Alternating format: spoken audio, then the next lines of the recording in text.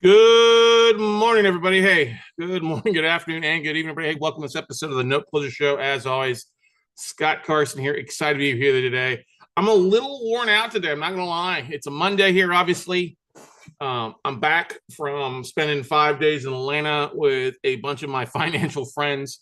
I'm really excited about what I took away from the event. So I wanted to share with you guys this morning some of the things I learned at FinCon. And I always like to attend an event where I'm not the smartest person in the room. Okay. I'm very particular with about my time and my travel. I mean, I've traveled all across the globe speaking at conferences and real estate groups and clubs and big conferences, the National Association of Realtors Conference, REI expos, think realty events, noteworthy, distressed mortgage expo, and done all sorts of amazing things. And don't get me wrong, it's been fun. But after a while, when you're honestly the guy that's marketing the most and doing the most, and I can confidently say that we market better than really anybody else in the note industry, definitely better than anybody else in the note industry. I get to be particular with my time and where I want to go. If I'm going to go take time away from my schedule and my house and my comfortable bed and my good food, I'm going to want to make sure that I get my bang for my buck. And I don't mind paying for stuff and attending things, but I want to make sure it's worth my time. And I recently went to Boston, spent a couple of days with Chris Prefontaine and the crypt there for smart real estate coach. That was worth my time. But the thing for the last 3 years, I have been extremely excited about FinCon. If you've never heard of FinCon, it's the business event for money creators. It's where they say where money and marketing meet. And we're all in the marketing space. Every one of us is in the marketing space, whether you believe it or not. We're all in sales. And honestly, this event has probably had more impact on my business than anything else, excluding when I used to attend the big traffic and conversion summits out in San Diego, North America's largest marketing conference. That was the first thing. This is when it's really focused more on the finance side and not just podcasting and stuff like that. So if you're listening to this, don't just shoot it down because I'm talking about FinCon. Yes, we did an episode earlier about a week or two ago talking about why we're excited about the event. I highly recommend you go back and listen to it because there's a very few events that really do cater 100% to the attendees. I've been to some podcasting events. It's all about big names and big companies, and there's not many people there in the room. And that's not good for the people attending. It's also not good for the people that are paying to be there, the vendors and stuff like that. This event is a little bit smaller event compared to like Podcast Move It, a traffic and conversion summit. But it honestly, the people is what makes this event really the best. And Steph joked with me beforehand that I haven't been excited about some things, like I was going to Atlanta. And it just is that because when you're around your people, you're around people that speak the same language, who understand the investment, the day in, day out investment that we as creators put into our message, our videos, our podcast, our audience, our newsletters to help serve our audience. It's refreshing because you can learn something from literally everybody in that room, just about everybody. Now, people showing up that don't know what they're doing, there's a few of those, and hey, those are your opportunity to kind of connect. And made plenty of connections this week with people that are growing their audience and doing things, but just really jacked up about it. So before I ramble on here and I lose you guys, I want to share some of the biggest lessons learned that are going to have impact on you. Yes, this event has an impact for you guys. A couple of things that we'll talk about, some of the things we're going to be doing are definitely going to impact you guys in a good way. Maybe a bad way. I don't think it's a bad way, but for most of the part, it's going to be a very good thing for you. So 2,500 plus finance creators there. It's a combination of financial independence and real estate professionals, financial advisors, real estate folks, investors. There's any sort of stock, bonds, all that kind of stuff. All sorts of experts on that. Debt reduction, student loan stuff, investing professionals like financial advisors, insurance, debt, all that good stuff. There was, obviously there was LLC attorneys there. There was some fintech professionals on apps and things like that. There's a new IRA company there that I recommend they attended, which is really great. Got a chance to spend some time with them. But obviously there's a bunch of podcasters in the finance space, bloggers, YouTube, social media, TikTok, all that good stuff. People that have a ton of newsletters. They have a big chunk of authors there. I walked away with some new books, obviously, to take down.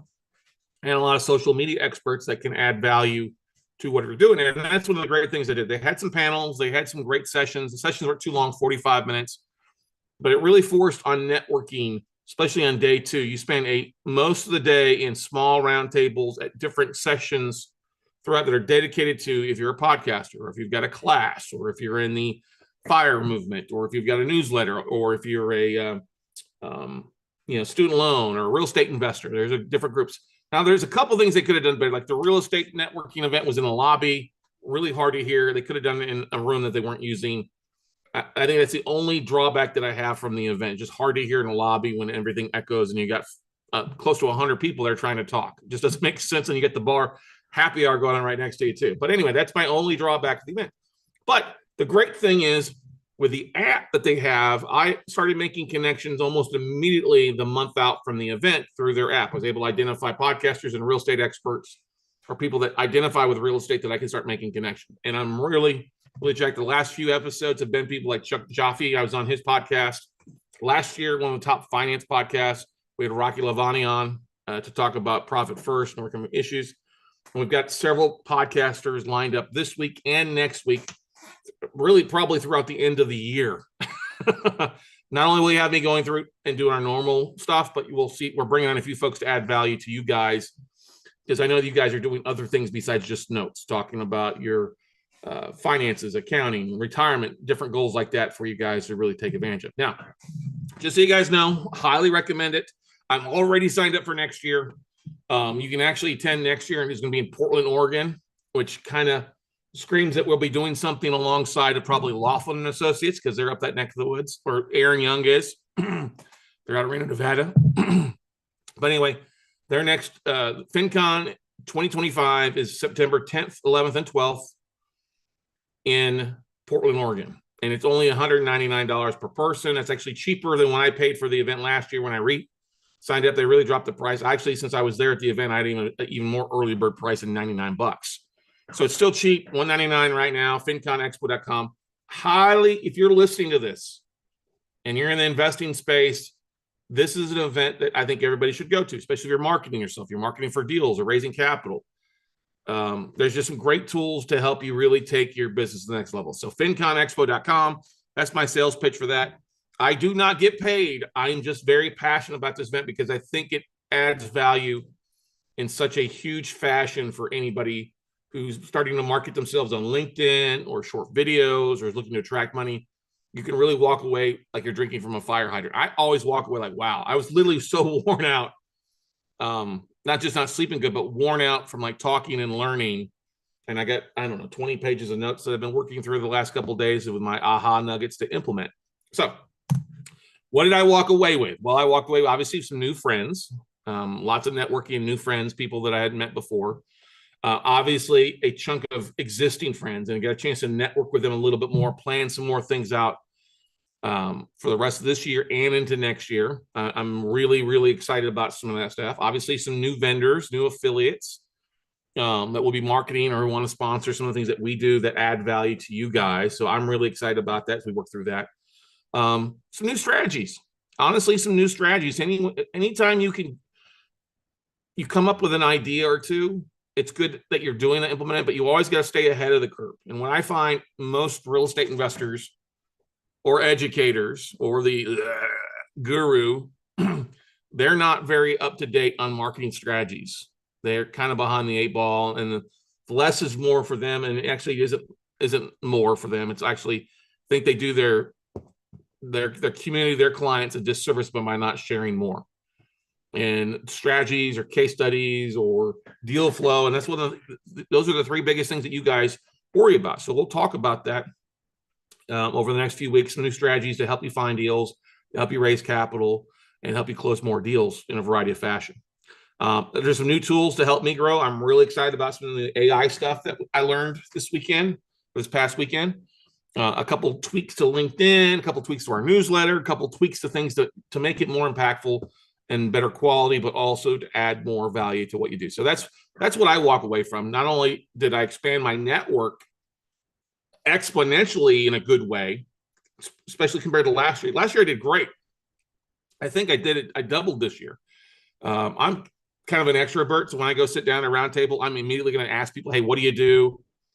Where are you from? You know, I'm a form tackle them. Where are you from? What do you do? What did you do for fun? And then your message. I'm a walking billboard for the form method. But I made so many friends, not only here in the United States, but in Canada, some folks in Mexico, all age groups and all niches that I think are really going to add value to all of you guys too for you. So that's the thing I get most excited about is really recharging my batteries for new people that add value in a lot of things. Okay. And it was, like I said, it was great connecting with Clifton Corbin. He's the guy that wrote The Richest Person in Babylon. We've had him on before. My buddy DJ Aloho from the Foreclosure Fix out of Atlanta. He's a note investor and real estate investor. We've done swaps, and so it was good catching up with him and just a bunch of new people. Okay. Now the biggest impact, okay, things I walked out of there the last day when I wrapped up Saturday night. I sat down there while I was watching Texas beat Vanderbilt in my hotel room. I avoided the last final happy hour because I just was physically worn out. But literally putting there when I was watching some college football there Saturday night, we will be updating some things. We'll be updating some things to the WC and Crew membership for you guys. We may be moving it off of Basecamp into Slack, trying to get something where you guys can communicate a little bit. We'll be adding some more stuff to it, a little bit more communication, some other tools for you. We'll be going back to hosting two live workshops, in-person workshops next year. Okay. First one is going to be after Valentine's Day because we don't do it before that because you never know what the weather's going to be like. So we'll be doing that. That's the first one is sometime late February. Okay. Excited about that. And then the next one will be 6 months out after that. So probably in August or September, this kind of things. We'll still host 2 virtual workshops, but we're going to go to a live and then a virtual and then a live and then a virtual. I just don't think I've got the energy for me to do 4 in-person workshops. It takes a lot of me, but that's okay. I know that people really like our virtual workshops because we do a lot of stuff. So it's a good opportunity for you to connect with people and then come and connect with people. We'll be increasing your community connections. We're going to be, some of the things we'll be updating like with Slack or Basecamp or some of the other things, especially with the Facebook group. We'll be tweaking some of that stuff to help increase your community connections for you, for those that want to, obviously.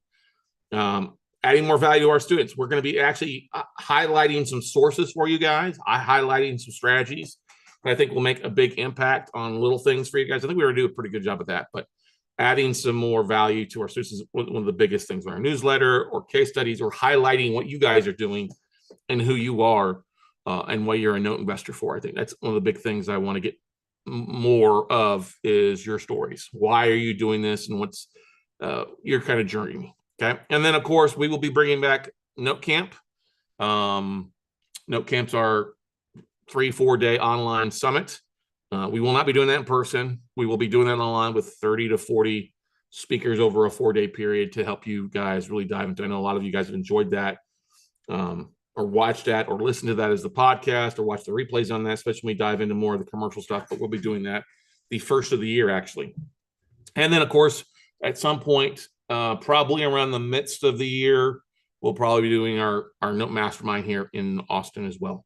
So I haven't done that. We didn't do that this year, but we will be bringing that back and looking forward to that. So that's the biggest impact on my thing as far as what I took away from that to help impact you guys. More and more of you guys have been asking if we have had a live workshop. You guys want to come network. You want to come learn from other note investors. You want to come network with me, hang with me for a couple of days.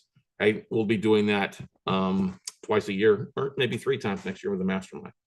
One of the great things that I found out, though, that when I talked about our coaching program, a lot of people really, especially in the niche note investing space, they really liked what we do with that as far as laying out the 8 to 10 weeks of coaching calls, the 2-day in person, and the amount of tools that we give you to implement with the list of asset managers, the list of sources, the ability to come spend a couple of days with me and really helping to strive to help you close a deal in the first 60 to 90 days.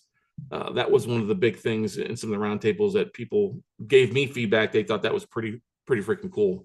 The business in a box, we've called it. So looking forward to doing more of that. Things we get right. And this is another stuff that when I walk out of it, I'm like, okay, are we doing things wrong? Or are we doing things right? What can I learn? And when you have 915 plus episodes on a podcast or a couple of podcasts, you're doing things right. You're sticking with it. You're in the 1% of 1% of podcasters out there. That was pretty good. There's a few tweaks we'll make to the podcast, but it's not going to change that much. We're just going to tweak it to make it better, not make it worse. Another thing that we're getting right is our daily short videos. People were amazed that we were doing 1-minute videos just about 6 to 7 days a week on different topics. And I like the fact that our process for doing that is pretty streamlined. It doesn't take a lot of work. It doesn't take any really delegation. It's something that I do on my part just about every day. And we were able to get them done while I was out of town, obviously. We featured a couple of the books, a couple of the sessions. Hope you guys enjoyed that. Views weren't the greatest on those, but we still delivered some great content, and it actually led to a couple of great things. And that's one of the most important things. You don't need to have a huge 100,000 view video, or you don't need to go viral on most of your stuff. If you have 1 or 2 people that see your things that are the right people to see it, it can make a huge impact, and that's what we're very proud of.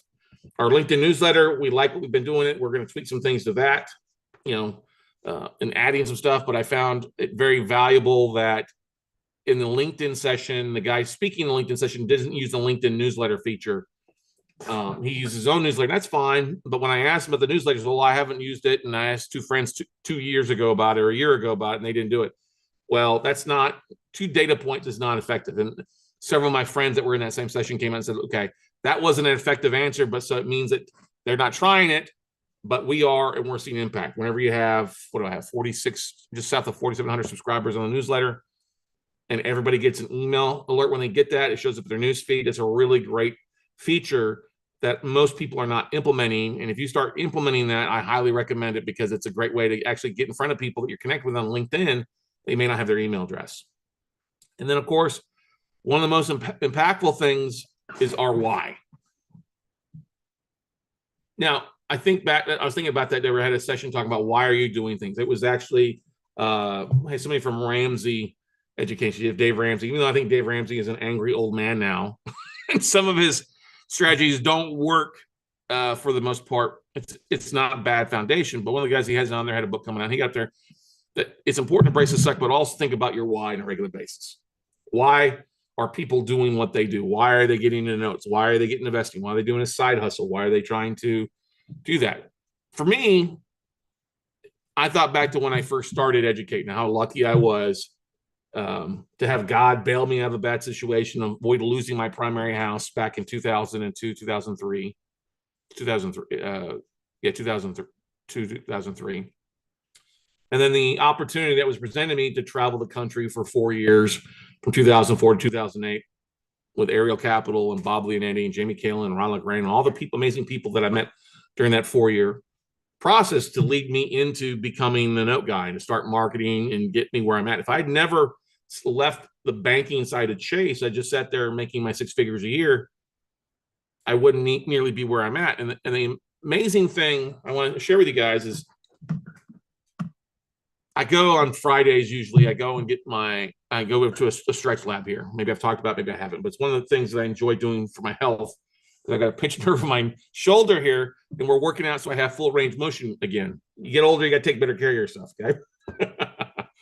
So I go do that, and I saw a buddy of mine that I hadn't seen in over 10 years. He was a guy that was a banker with me at Chase. He's a little bit older. And Tommy is a absolutely nice guy. And I saw him sitting there getting stretched out at the same line. I hadn't seen him in a while. We're connected on LinkedIn. Every once in a while, I'll say, hey, it pops up. He moves from bank to bank and stuff like that. And it was interesting talking with him after he got off the bench before I had to go get stretched out myself with my lady that takes care of me. When we were visiting, and you could just sense he asked me, when people ask you questions about things, you can always tell when they're a little reflective. He's still being a banker. He's still working 5-6 days a week. He's making he's happy with his income. That's completely fine. It's all that matters. But he's still that corporate mindset, that corporate kind of, I don't want to say dream, because I don't really think it's a dream. I think they try to paint a dream for you, but he's all thinking about retiring in a couple of years. He talked about it, and he's like, I asked him what he was going to do. He's like, I don't have a clue. And so when you see a flashback, if I had never left Chase, I would probably be where Tommy's at. I'd probably be a banker, president of a bank, or another vice president, which really doesn't mean a lot, of a different bank or doing other things. Or still be at maybe I did launch a mortgage company. I don't know. I don't think I would have, though. Because I think a lot of people buy into that. I'll work at a good company because they got great benefits and things like that. And there's nothing wrong with that. If that makes you happy, that makes you happy. But when I struck out on my own in 2008, and I said, God, thank you for giving me this 4 years to learn all this stuff. And even when I went on my own, it was not the greatest time. Obviously, the sky was falling, right? Things were chaotic in the real estate markets. I lost my ass in a couple of deals, but I'm happy where I'm at today. I'm happy with the person I am. I'm very proud of the people around me. I would probably never met Steph if I'd stayed in that position. I'm very happy with her. Yep, exactly. She's down there saying, yep, you better say that, asshole. But the thing is, I'm very blessed. I am very happy. Can things be better? Things can always be a little bit better, tweak some things, but there's not too much I would change. I wouldn't change making that leap. I wouldn't change the mistakes I've made along the way, because that's made me a better educator, a better person, and a better investor, and definitely a better coach to people to help you avoid things. So that was always my why. If God helped me get out of a bad situation, I promised to help as many people as I could to do the same thing. And that's really my why, is to help you guys achieve financial success. And if it's financial independence or retire early, whatever that FIRE movement is, I guess you can say I'm a part of it. But I want you guys to achieve success. Success does not come free. You've got to invest some time, invest some money, and invest in, as the guy from it said, you got to learn to embrace the suck a little bit. It's going to suck at first, but anything new gets better over time, and you get better the more you put into it. Too many people give up, and we as investors need to really lead the way to help make things great again here in a lot of ways. I don't care who you're going to vote. It doesn't matter who wins the election, because you're going to have to wake up the next day and still go to work. You're still going to have to wake up the next day to go to work and put things in place. Kamala's not going to save you. Donald's not going to save you. You've got to help yourself. And the Lord helps those that help themselves. So I want you guys to understand this is a great event. Always walk away from this event till 3.5 times I've gone, just absolutely blown away. I should have been attending it long before, but it really is an impactful event. And I promise that if you go to the event, you'll enjoy it as well there for you. So whenever you attend an event, part of the attending is to make sure you have a plan. And this is one mistake. Maybe this is the educational side of this episode, is I always see students that attend events that they don't have a plan of action. And I only say this because I've attended plenty of events and I had a plan of action. It was a waste of time, right? Waste of time, waste of money, waste of time away from your family. It costs more than just the ticket. When you look at the airport or the travel or the hotels or the expensive food, there's a lot more that goes into attending an event. And you have to make sure it's a impactful event and that you have a plan of action. So make sure you have a plan. You want to make sure you connect with as many people as possible. If you're an introvert, I know that's hard, but guess what? An app helps in a lot of cases. I'll be spending most of my time today, tomorrow, my free time, working through the app. Now, what's sad is most people at the event did not have business cards. I just don't get that. Yeah, they had, well, connect with me here. I'm like, well, connecting on social media is great, but if I want to follow up with you personally, that makes it more difficult to do, right? So the great thing, already been doing that as far as following up with people from the app, getting conversations booked, getting things done. You have to do the same thing too. If nobody else has business cards, guess what? You take business cards and you get people's name and information. You put them into an Excel spreadsheet. And that's one thing that everybody should do. That was the first thing we would do when we wrapped up an event, was taking everybody's business card and contact information and putting in an Excel spreadsheet that we could email out to and follow up with people. And the folks that I've connected with, when I have that list final, that's one of the first things to do. Hey, it was great meeting at FinCon. Love to connect with you more. If we haven't connected on social, here's this. Here's my call if you want to jump on a call and book. And here's what I'm looking for. Here's what I'm doing. Love to talk with you about networking or maybe doing a podcast swap, or if you've got a book coming out, we'd love to help promote it in a variety of fashions. But you've got to learn to follow up with people. I've had too many students that go to events, they get a bunch of business cards, and then they never follow up with those people. They never put those people into their database, or they never connect with them so that they can follow up with them again at another time. That's part of why I think the LinkedIn newsletter is just valuable. If you connect with people on LinkedIn that you meet, especially a business event like that, hopefully they'll start seeing your newsletter and can follow up with you as well. So most people, they think the event is over when they leave. For me, it's a week to 2 weeks after the event until that event is, that's where I look at it. I look at a 2 week, what am I doing the next 2 weeks after this event to make sure that I may make the most of the event, the most of my time away and my true investment. And then my cost per lead goes way down because I have a much more leads and effective plan of marketing. And you can do the same thing, whether you're out of your local RIA club or your networking event. I saw Dale post a question in our Basecamp group about a networking event. We'll discuss that probably in a different episode. I'll respond to it first. But the thing is, ladies and gentlemen, is you are a walking billboard for your business. Don't be afraid to talk to people.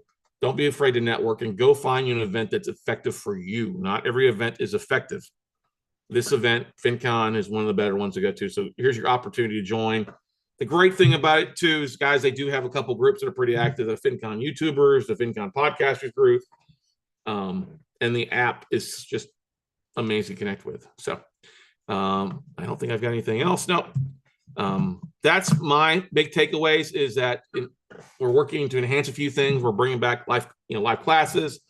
I had a great conversation with my buddy Dustin Heiner out of St. Louis, and then Liz Faircloth, maybe you know her from the Investor community out of New Jersey. I got a chance to spend some time with her as well. We've been friends for 4 or 5 years. Actually, Dustin and I have been friends since last FinCon, but Elizabeth and I have been friends for over 5 years, and a few others.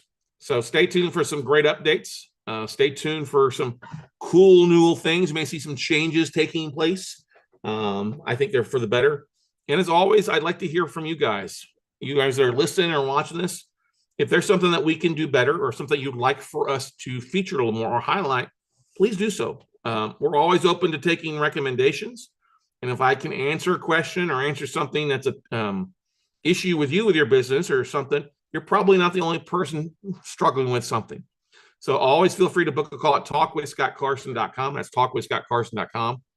And glad to talk with you, let you pick my brain and help you overcome any hurdles you might have and take your business to the next level.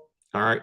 And like I said, if you're a student of ours, I'd love to hear about you, about your journey. I think more people would like to hear what you're doing, what your why is, and what you're working towards the future, and why you're a note investor, or why you're a real estate investor. What are those big whys, and what are you working towards? So go out, take some action. Hopefully this was a valuable episode for you guys. FinConExpo.com. I don't get paid a dime, but it's worth you going to it. And make sure you get signed up. If you're not taking one of our free one-day classes, get signed up at noteweekend.com. It's about a 3.5-hour class on how to find, fund, and flip. It's our basic class to help you take your note business to the next level. So take care, guys. Have a great day, and we'll see you at the top. Bye.